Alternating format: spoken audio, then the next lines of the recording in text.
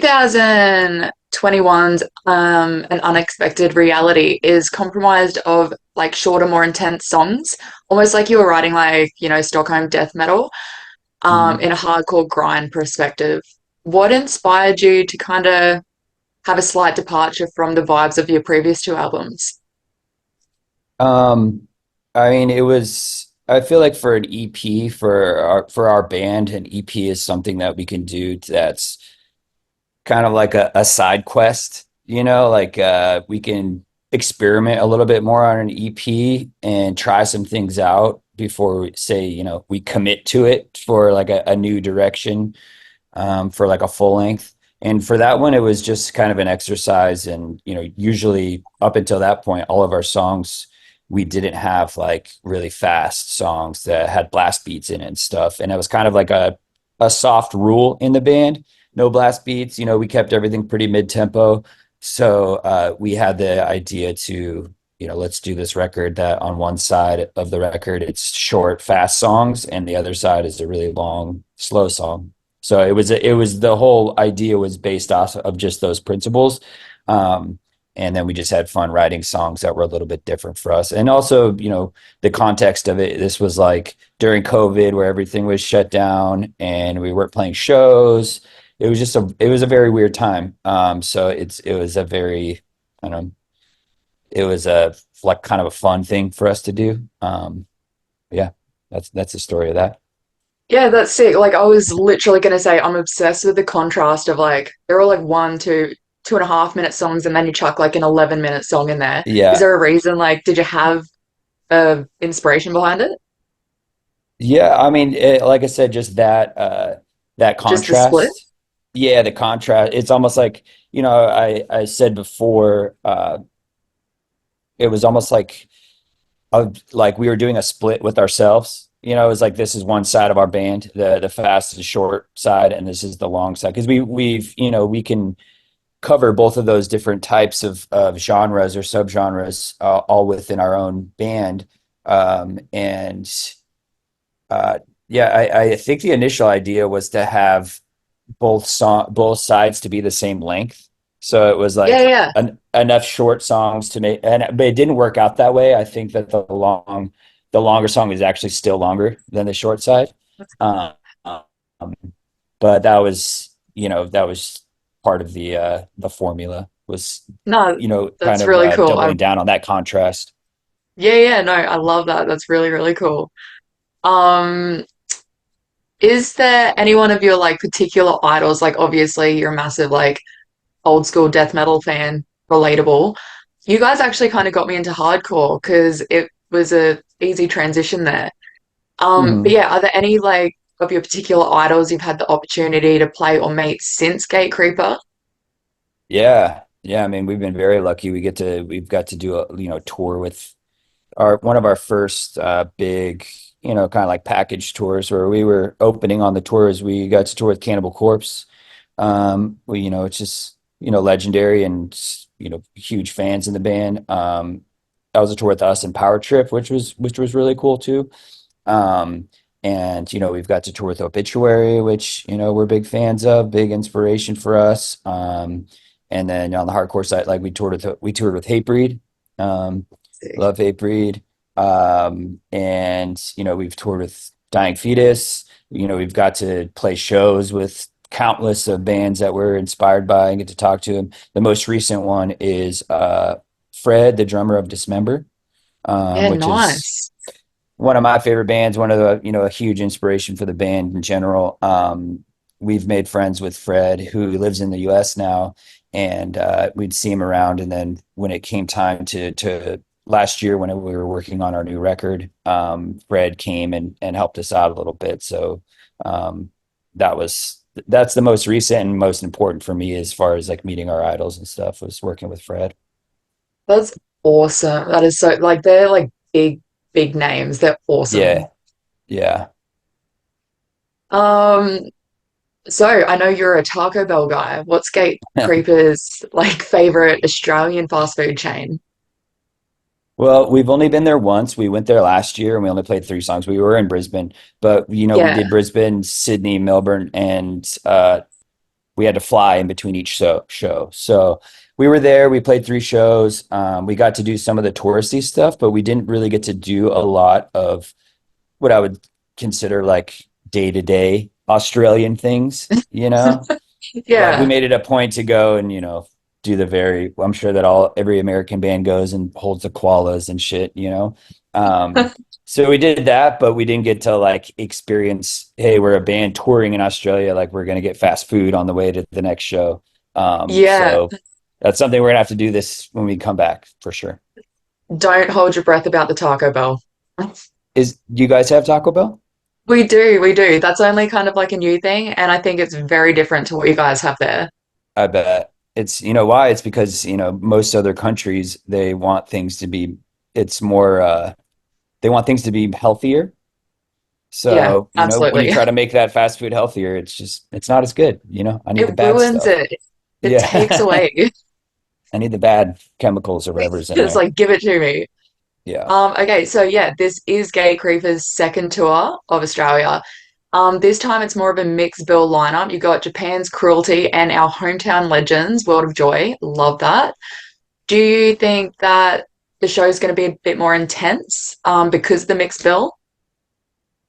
I'm not sure. When we went there before, we only did one headline show and we played a festival, the Into the Fall festival. Oh yeah, yeah, Um, yeah, and then one other show that, there was another band that Obscura, I yeah, think that they headlined. So it's kind of I don't I'm even though we've played over there, I'm not sure what just like a straight up Gate Creeper show in Australia looks like. So I can't say it's going to be more intense. Um, I think that there's always usually at our shows a mix of people that are there that are maybe more like hardcore fans. But yeah, Cruelty, I think, they play tour a lot with hardcore bands, but their record came out on Profound Lore, which is, like a big death metal and or underground extreme metal label. So I think that they're in the same boat where there's probably people there that are straight up death metal fans and there's people that are hardcore fans. So I'm not sure. I'm excited to see what kind of people it brings out, but I think it's going to be a good mix for sure. yeah. You definitely got the reach for like both. Yeah, Do you condone violence in the pit since it is a mixed bill? not really. Me Yeah, personally, that's not really my thing. I don't want totally. to I don't want to police anybody of like how they're, if somebody's feeling the music and they want to do what they got to do to, have a good time. I'm not here to police anybody, but if it's up to me, uh, there wouldn't be there. Yeah, I don't know. I think that when I go to a show and there's a heavy band and I like to see, I'm just headbanging. You know, Yeah, yeah, um, I'm headbanging, and that's what I would like to see is a crew, a sea of people headbanging. You know, but that's just my style. But so yeah, whatever other people want to do, feel free. But if you know ideally not hurting other people or not even hurting other people, but kind of like ruining it for other people, you know? yeah. Totally get Which what is you're a saying. bummer, where you see people that are like, maybe over here that are want to enjoy the show. And there's someone that's obviously like making it difficult for them to enjoy the show or, encroaching in their personal space, but Yeah, whatever. especially because you are the mixed bill. You've definitely got like heavy hardcore vibe, and then you've also got like the pure like death metal stuff.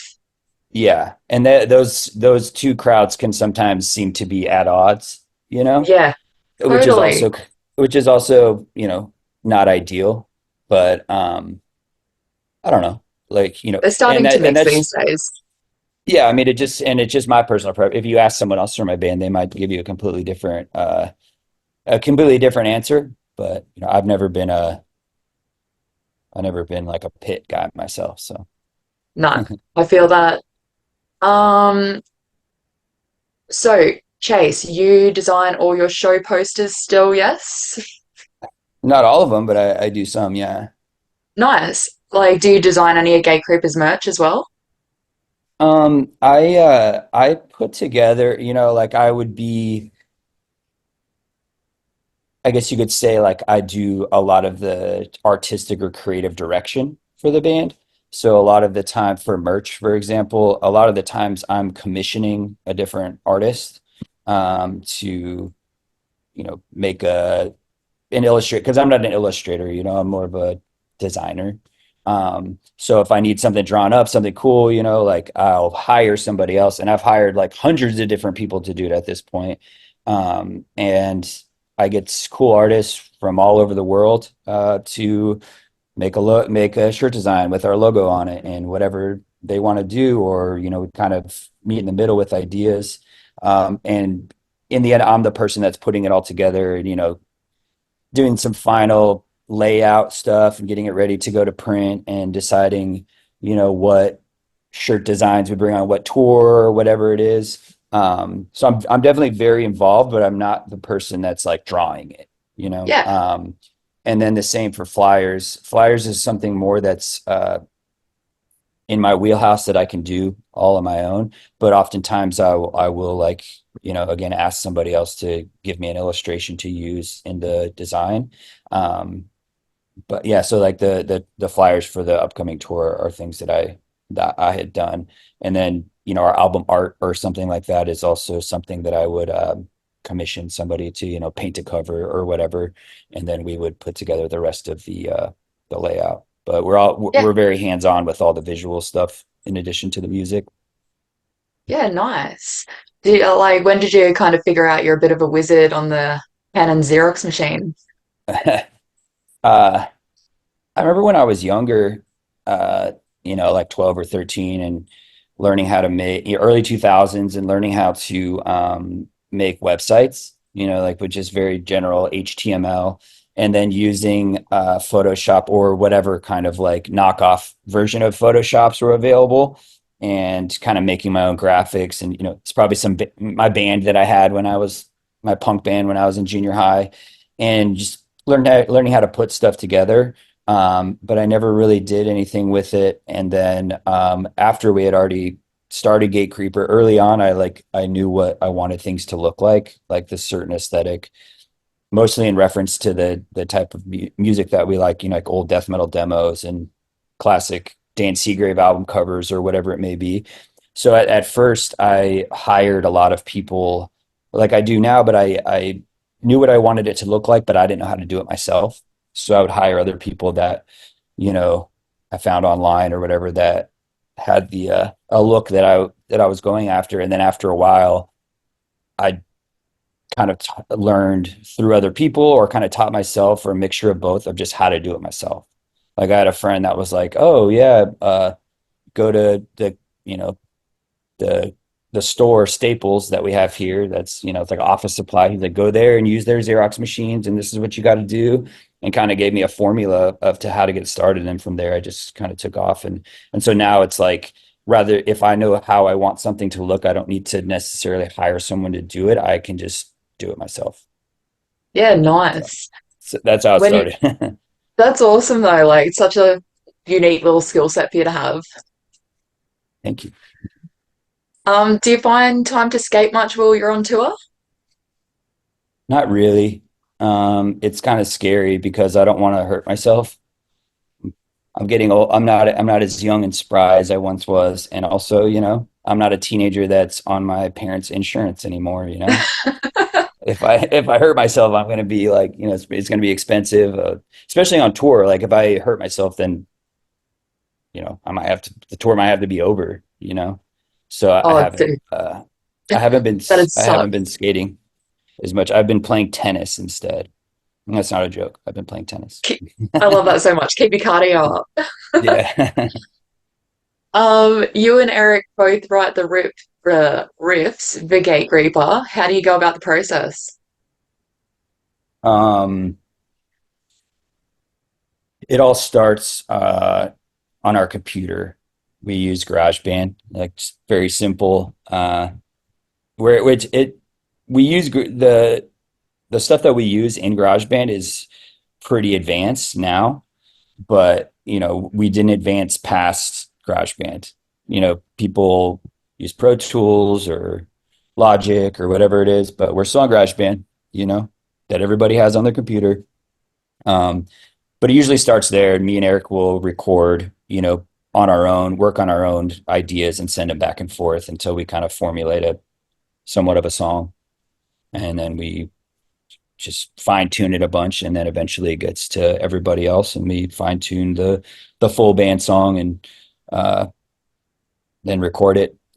But it all starts off on the computer through GarageBand, just making programmed drums and recording riffs until you got something that kind of looks like a song.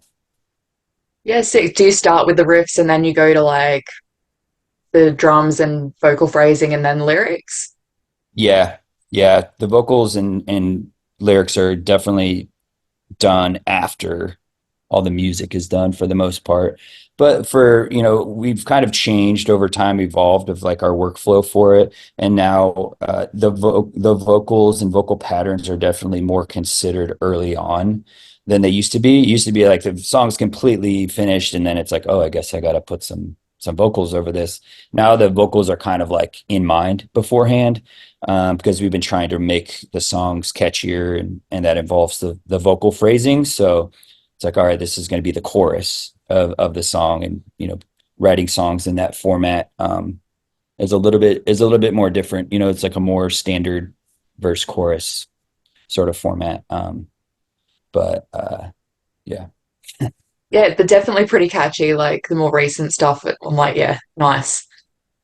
Um, do you have any like upcoming bands from Arizona that we should be keeping an eye out for? Yeah, there's a lot. There's actually a lot of newer bands, like younger bands, from Arizona right now. I went to a show the other day that a lot of them played, and they're kind of it's a small circle of people. So there's like multiple people. Like I think the drummer is in multiple of the bands. He's like in three, he's the drummer of three of the four bands. But there's a band called Nuclear Remains. It's cool. There's a band called Misanthropic, and there's a band called Eternal, and a band called Blood Loss.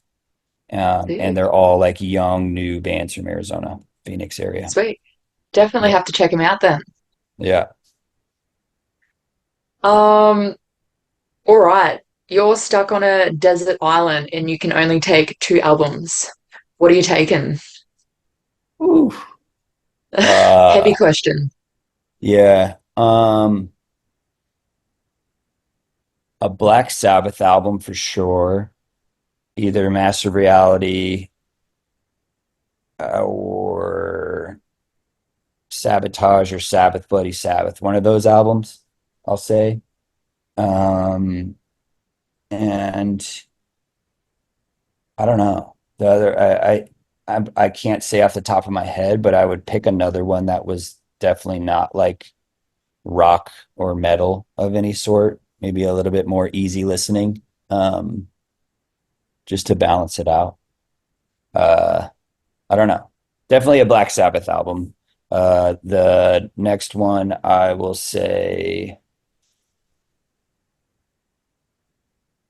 ooh, I don't know. I No, can't. I look, can't. it's a heavy question. It's too much. You can't spring that on me. You need to like give me an I advance, like should have like a sent you an week's. email and be like, prepare your Yeah, answer. yeah. I need like 3 to 5 business days to give you a good answer. When you're on tour, who takes care of your plants and everything? It depends. Sometimes I've put all my plants in my car and bring them over to my friend's house. And sometimes I'll have someone stay at my place, or at least come over and water my plants and check my mail and stuff. So they've survived. They've survived. Oh, good, good. Hopefully this is a busy year though. So hopefully by the end of this year, all my plants will still be alive. Stay Start tuned. just like replacing them with fake plants. It's like, no, no, you're fine. I've already done that. Um, It's already began. same. Um, Colin Young or Eric Wagner, who are you putting your money on in an eating contest? Eric. Hands down. Oh yeah. That's not even a I'm like, question. that wasn't even, there was no hesitation there. That was straight like No. Eric. I saw on the hard lore, I watched the one with the guy from Cruelty. Um, and I've never met anyone from Cruelty. I know that we have a lot of mutual friends and I'm excited to hang out with them.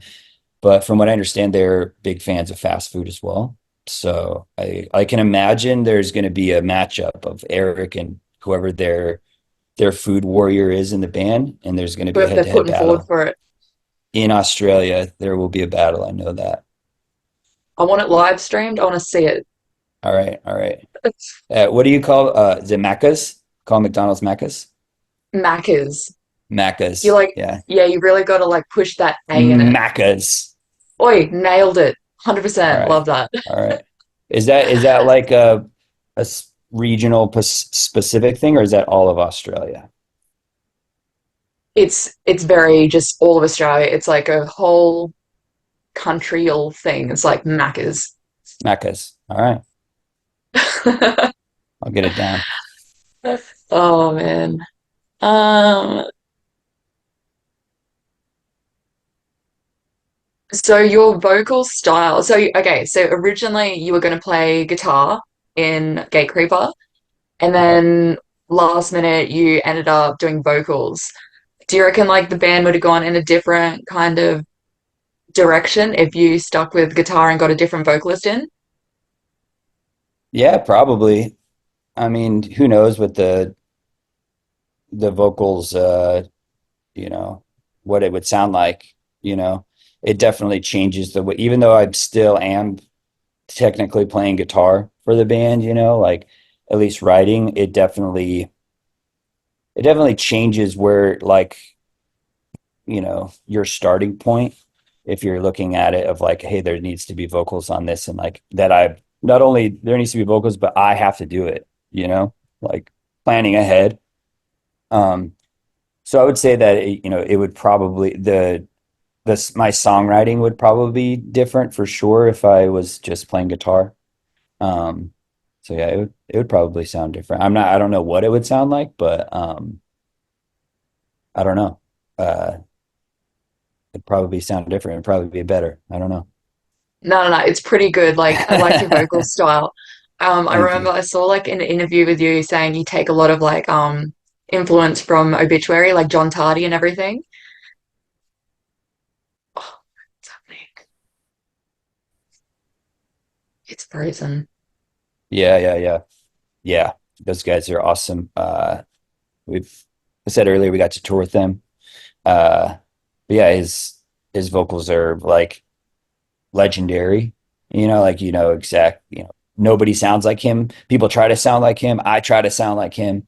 But as soon as you hear it, it sounds like Obituary. You know, and Well, he when still I got it. He first, still sounds the same. dude, he does. I literally saw them like 2 weeks ago, and I'm like, they're one of my favorite bands. I'm like, shit, okay. Yeah, they're awesome. I like the like ugh that you put in there. It's very like old school death metal. Yeah, I there's definitely some parts. You know, even in the music, even in the riffs. You know, because Obituary has pretty signature riffs, and so there's parts that were like, okay, next we play the obituary part. You know, like that's a type of part that we have in our songs is an obituary part. Um, but yeah, the vocal style. One thing that I remember hearing is that he used to like some of the songs or some of the lines for the songs just don't even have real lyrics. And I was like, all right, cool. That makes my job easier. I can do that. So, or definitely in the early on of Gatecreeper, like there's a couple songs that you know the lyrics are negotiable. You know, the lyrics are a variable of whatever I can remember at the time. So that was something taken from Obituary as well. As long as it sounds good, that's all that matters. Exactly. Nobody cares what I'm saying anyway. So, you started with like punk bands and stuff like that. Was it more skate Mhm. punk that you started with? Yeah, yeah. I liked a lot of like Fat Records, Epitaph Records, punk. You know, like I liked No Effects and Pennywise and stuff like that. What was the band from Australia? Friends of Rom. Oh, Are you yeah, familiar? dude, they're sick. Yeah, I like them. that sort of stuff. Madelyn from Sweden. Yeah, I was into skateboarding and I was into punk, and the combination of the two was big for me. That's cool. So, okay, I got a question. This term GED riffs, sorry, last question, GED riffs, what does that mean? Mhm. Do you know what a GED is? Look, I'm going to be honest, I've got no idea. Okay, so a GED in the US is something that you get, it's the something equivalent, but it's basically something that you get if you don't graduate high school. So if you graduate high school, you get Yes. a high school diploma. Say you drop out, you go and you can take a test and you can get your GED. It's like the equivalent of a diploma. So it's for Yes, people I that do know what drop you're out. about. Yeah, so it's your for high school dropouts. So the GED riffs was a play on that, saying it's like the opposite of like a school of music piece Like a dropout. arrangement. Yeah, it's like dropout, music school dropout riffs that are very easy and very simple. Awesome, that's so cool. Okay, we're going to have to wrap it up. It All has been right. a pleasure talking to you, though. Yes, are you going to come to the show? Dude, I'm absolutely going to come. I'm so excited because I didn't get to come last year. All right. Well, if you guys show up, come and say what's up. I will, absolutely. Thank All you right. so much. Yeah, thank you.